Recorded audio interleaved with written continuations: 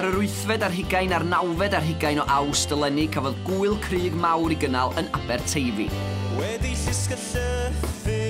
Mae Gwyl Crug Mawr wedi bod yn mynd o nerth I nerth ag eleni roedd yna dros 1000 wedi mynychu. Hon oedd y drydedd tro i'r wyl gael ei chynnal efo tair llwyfan a phabell ddawns. A'r wyl yn lwyfan I fandia newydd megis raff dam.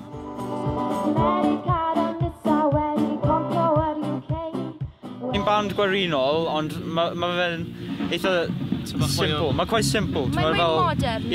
Modern gwely, ydyn ni. Mae lot o fel pŵer tu ôl hyd yn oed mae dim lot o pethau da ni yn digwydd, ti'n gwybod? Ond mae'n sôn o'r mae lot o bobl yn hoffi nhw. Ond mae'n cael ei fel troi y gwerin mewn I rhywbeth modern. A fi'n credu bod lot o pobl ifanc yn mewn I fe nawr.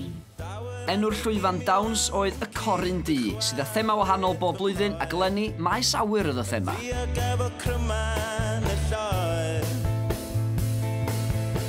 Ymysg y bandiau eraill yn perfformio oedd Argraff, Wmar, Estrons, Palenco a un o fandiau newydd label Blink, sef Crug Jones.